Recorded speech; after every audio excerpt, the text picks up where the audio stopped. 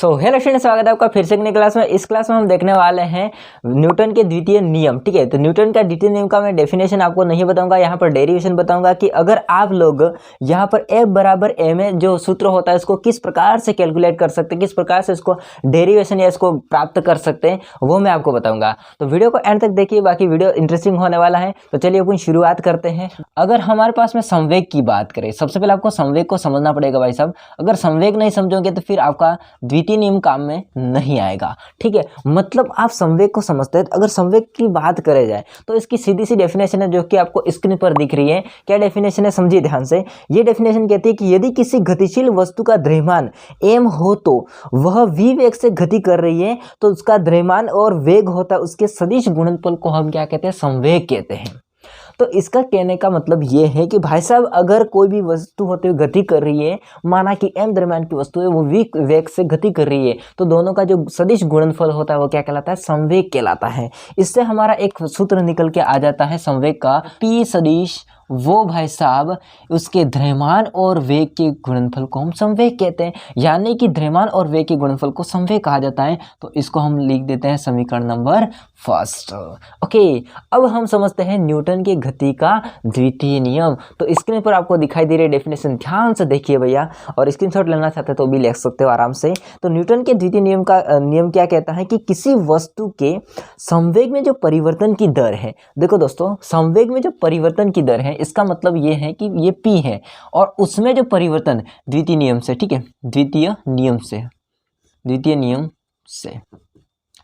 नियम से क्या बात हो जाएगी कि भाई साहब संवेग में जो आपकी दर होती है, दर का मतलब होता है समय, ठीक है, तो ये कहलाती है संवेग में परिवर्तन की दर। तो परिवर्तन की दर का मतलब हो जाता है समय। ठीक है, इसका मतलब संवेग में परिवर्तन की दर किसके, देखिए स्क्रीन पर, किसके, तो उस वस्तु पर जो लगने वाला बाह्य बल होता है, उस वस्तु पर लगने वाला जो बाह्य बल होता है उसके समानुपाती होती है। समानुपाती का मतलब भाई साहब ये होता है कि अगर हमारे पास में लगने वाला बाह्य बल F सदिश है, लिखा भी है अंदर कि F सदिश है, तो ये किसके समानुपाती होता है, dp बटे dt के समानुपाती होता है। इसको हम आगे और सॉल्व करते हैं, समझिए ध्यान से। यदि ये चिन्ह हटता है तो ये चिन्ह हटने से यहाँ पर एक स्थिरांक आता है, कांस्टेंट आता है, नियतांक आता है, और इस नियतांक को हम कहते हैं f। तो यहाँ पर हमारे पास में हो जाएगा कि f सदिश बराबर हो जाता है क्या, ये dp सदिश बटे dt हो जाएगा। ठीक है, जहां पर आप लोग देखोगे भैया, तो जहां पर आपको देखने को मिलेगा कि k क्या है, तो k को कहा जाता है समानुपातिक नियतांक या समानुपातिक स्थिरांक, और इसका मान जो होता है वो भाई साहब होता है k बराबर 1। इसका जो मान होता है वो कितना होता है, 1 होता है। अगर इसकी जगह हम 1 रखते हैं तो एज इट इज़ ऐसा कैसा ही रहेगा, अर्थात आपका हो जाएगा कि f सदिश बराबर हो जाएगा dp सदिश बटे dt। इसको मान लेते हैं इक्वेशन नंबर सेकेंड।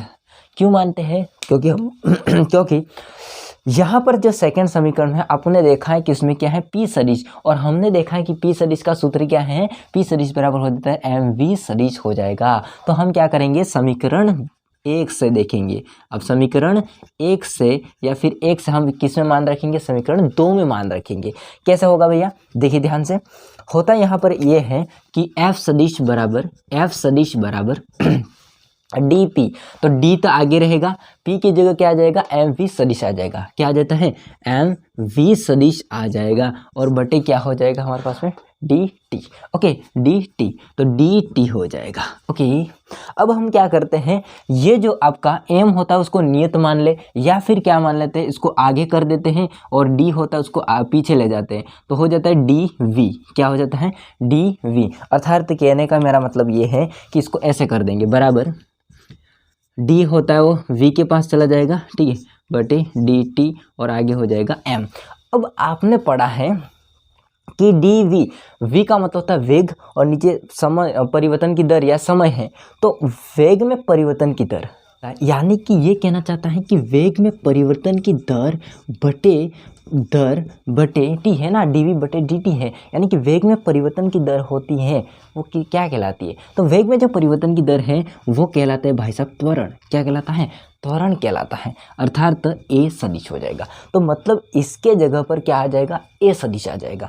अर्थात सूत्र आगे क्या होगा, तो सूत्र हमारे पास में आ जाएगा एफ सदिश बराबर डी, यह रहा डी वी बटे डी टी, उसकी जगह ए सदिश लिख देंगे, एम का एम रह जाएगा, तो हमारे पास में हो जाएगा एम ए सदिश।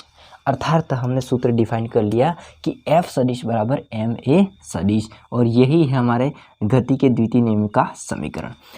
अब इसके सूत्र के बारे में थोड़ा और बहुत जानते, मैं इधर ही कर देता उसको, ठीक है। जैसे कि एफ बराबर एम ए है, ठीक है, एफ सदिश बराबर हमारे पास में एम ए सदिश है। अगर मैं इसमें बल की बात करूं, मात्रक की, तो बल का जो मात्रक निकल के आता है वो है भाई साहब न्यूटन, है ना। बल का सिंपल सी मात्रक है न्यूटन। अगर मैं इसके विमा की बात करूं, किसकी, विमा की, न्यूटन को एन से दर्शाते हैं। अगर मैं विमा की बात करूं तो विमा क्या आ जाती है, विमा कैसे निकालेंगे, विमा निकल जाएगा एम, एम के लिए हो जाएगा 1, ठीक है। और त्वरण का विमा होती है m0, त्वरण की जो विमा होती है वो कितनी होती है, क्योंकि त्वरण की जो विमा होती है ए की वो कितनी होती है m0 l1 t-2, क्या होती है m0 l1 t-2। इसको थोड़ा अच्छा लिख देते हैं भाई, t-2। तो यहाँ पर बात आ जाती है ये वाली। अब यहाँ पर m तो पहले से है, तो यहाँ पर m0 की जगह क्या आ जाता है, m1 आ जाता है, l1 का l1 ही हो जाएगा, और t-2 का t-2 हो जाएगा। अब आप बोलेगो कि यहाँ पर तो आपको याद था इसलिए बता दिया, अब आप कैसे निकाल सकते हैं। अगर आपको याद नहीं है तो इसको फिर कैसे निकाल सकते हैं, ये भी मैं बताता हूँ। अभी रुको जरा, सब्र करो। देखिए f बराबर m है, यहाँ पर निकाल देता हूँ, ठीक है।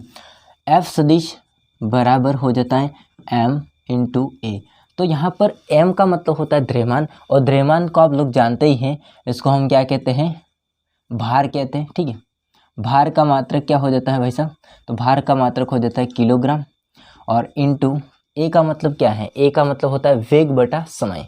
क्या हो जाएगा, वेग बटा समय। तो वेग होता है, उसकी बात करेंगे तो वेग का मात्रक होता है मीटर बटे समय, समय क्या हो जाता है सेकंड, और वेग का सेकंड होता है तो त्वरण के क्या हो जाता है, सेकंड स्क्वायर हो जाएगा। क्या हो जाएगा, सेकंड स्क्वायर हो जाता है, क्योंकि वेग जो होता है उसका मात्रक होता है मीटर प्रति सेकंड। क्या होता है, मीटर प्रति सेकंड, क्योंकि वेग का सूत्र क्या होता है, विस्थापन बटा समय होता है। तो मीटर बटे सेकंड वेग का है, तो त्वरण होता है उसका 1 सेकंड ज़्यादा लग जाएगा, तो हो जाएगा मीटर प्रति सेकंड स्क्वायर। अब यहाँ पर समझो, इसका जो अगर ऐसा मात्रक देखा जाए, जैसे मैंने यहाँ पर आपको बताया कि न्यूटन है, तो अगर इसका ऐसा मात्रक देखा जाए तो क्या मात्रक का निकल के आ जाएगा, इसका मात्रक ऐसे निकल के आ जाता है किलोग्राम, मीटर का मीटर, प्रति सेकंड का स्क्वायर, इसका मतलब सेकंड -2, तो किलोग्राम मीटर प्रति सेकंड स्क्वायर, ये इसका मात्रक हो जाएगा अगर सूत्र से हिसाब से देखा जाए तो। अगर इसका हम विमा निकालें तो देखो, m का मतलब होता है, m का मतलब किलोग्राम द्रव्यमान, और यहाँ पर m का मतलब द्रव्यमान के लिए होता है, ठीक है, m, तो इसके लिए विमा हो जाती है m1, ठीक है। इसके बाद में बात आ जाती है मीटर। मीटर एक टाइप की लंबाई होती है, ठीक है, मीटर मतलब लंबाई का ही मात्रक होता है, तो लंबाई मतलब l, इसका मतलब m कितना है, 1 है, ठीक है, कितना है, 1 है, और नीचे क्या होता है, सेकंड स्क्वायर। सेकंड स्क्वायर का मतलब समय, समय का मात्रक सेकंड है, तो यहाँ पर हमारे पास हो जाएगा t। t कैसे है, नीचे है, तो नीचे के लिए हम क्या लिखते हैं, माइनस लिखते हैं, और कितने हैं, 2 सेकंड, तो यहाँ पर हो जाता है t-2। तो इस प्रकार से आप विमा भी ज्ञात कर सकते हो, ठीक है।